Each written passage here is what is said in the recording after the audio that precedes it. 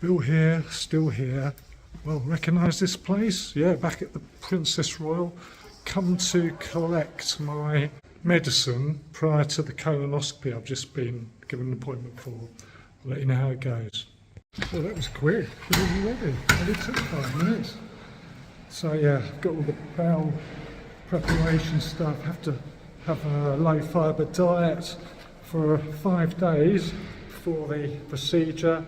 But actually, I have a low fibre diet anyway. But yeah, should be fine. Oh, it's raining now. Helen's waiting for me out here in the car park. Yeah, look, the reason I'm mixing up, these new vlogs I'm doing about skin cancer.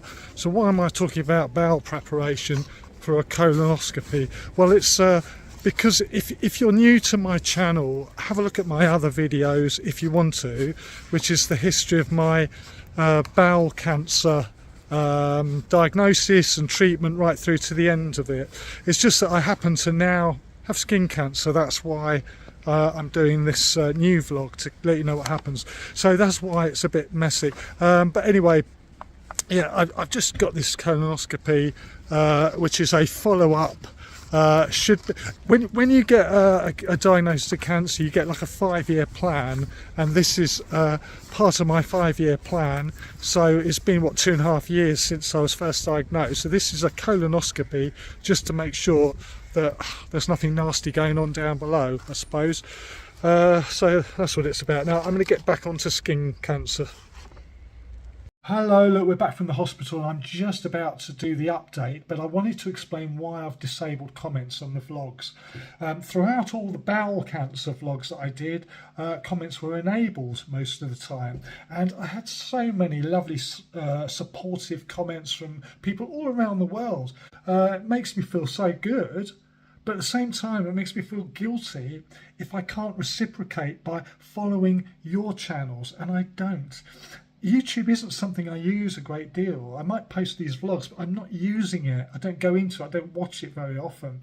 So for that reason, it's just not fair, is it? You follow me, I should follow you. So I don't, and that makes me feel bad. Yeah, we just got back now. Funny thing, when we were in the car on the way back from the hospital, the phone rang and it was the dermatology department from the Beacon and Beacon wanting to set up the appointment for my first batch of skin cancer treatment. So that's been arranged for the 16th of April, which is perfect timing because I've got this colonoscopy procedure now on the 6th of April. All next week I've hired a cherry picker because I'm painting the house, so I've got lots of work to do, so I can get all that done next week and then it's finished. So the first one is the 16th of April, and that will be two moles on my back taken out. One of those will be the one I've already had taken out, where they've got to go in more, like 2 centimeters around the existing scar. So that's going to be quite a big procedure, but all under local anaesthetic. I'll be in at 3:45 in the afternoon, and I'll be back home probably an hour or two later. I wanted to give you a bit of information, skin cancer. Now I've had a chance to read the bump about it. Tell you what I've learned, because they give you lots of useful information. What I have is called a stage 1A melanoma.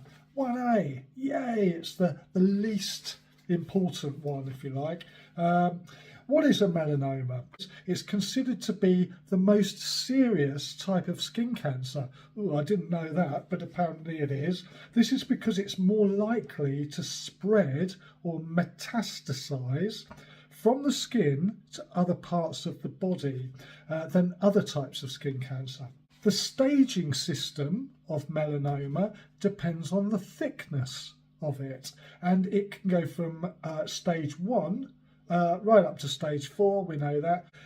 If it's less than 0.8 millimeters in thickness with no evidence of ulceration, that's a stage 1A, which is what I have, which is marvellous. How is it treated? Well, it's removal from the skin by surgery, and most patients do not need either radiotherapy or chemotherapy.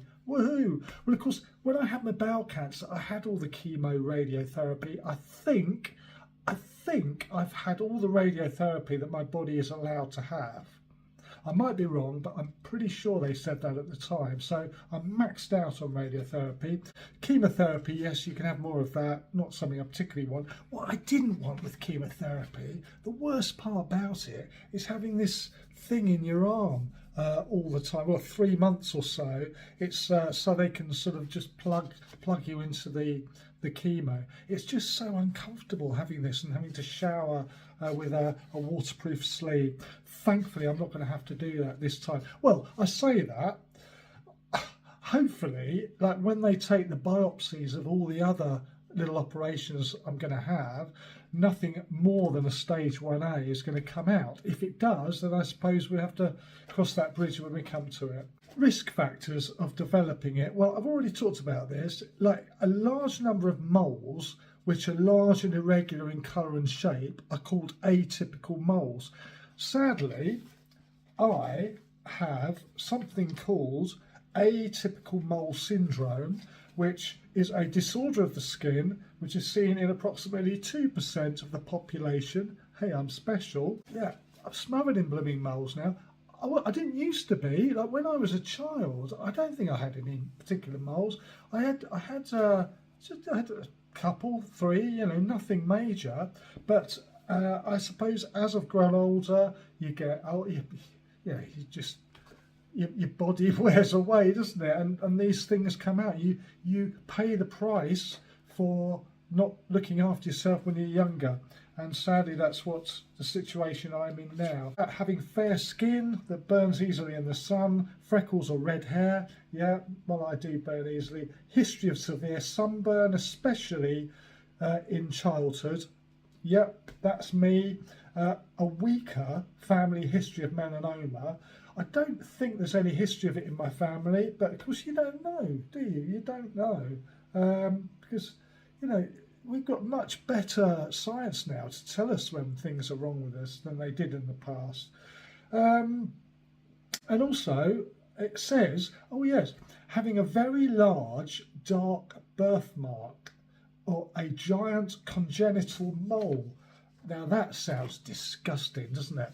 But yeah, look, when I was younger, when I was a teenager, weird thing, like on my thighs, one of my legs, my left leg, my left thigh, whenever I used to go out in the sunshine, it used to go tanned more than the right leg.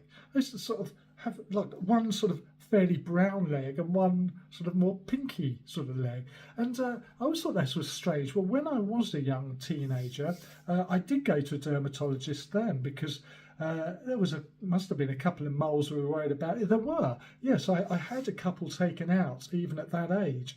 And when he was there, he looked at my leg and he said, that I think is like, it's like a giant mole, because the whole of the skin is just a slightly different pigment to the rest of, to the other leg.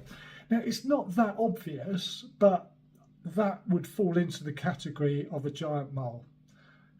Medical phenomena, me. It sounds disgusting, and well, I'm just being open and honest with you because, well, I've got no dignity or left in me now, especially after talking about my bottom for the last 2.5 years. So the fact that I've got some skin issues now is far less awkward and embarrassing than that was. So do not get burnt. I'm going to teach you to suck it. You know all those things. Don't get burnt. Wear a hat. Blah, blah, blah. If you're going out in the sun, you're wearing your sun cream, they recommend at the very least 30 plus, sun protection factor of 30 plus as a minimum. And also it says do not rub the sunscreen into your skin. You just let it sink in. Allow it to dry. I didn't know that. Right, some useful tips there for you. That's going to be it for a while now. So I'm going to check out, this is the 16th of April is the next time. I'm not going to update you on the colonoscopy. Well, actually, no, I will do. I'll probably do a little update on that. I'll weave into the skin cancer stuff, hopefully to tell you that everything was fine. But the next stop for the skin cancer, 16th of April, those 2 operations on my back. Take care, everybody. Bye for now.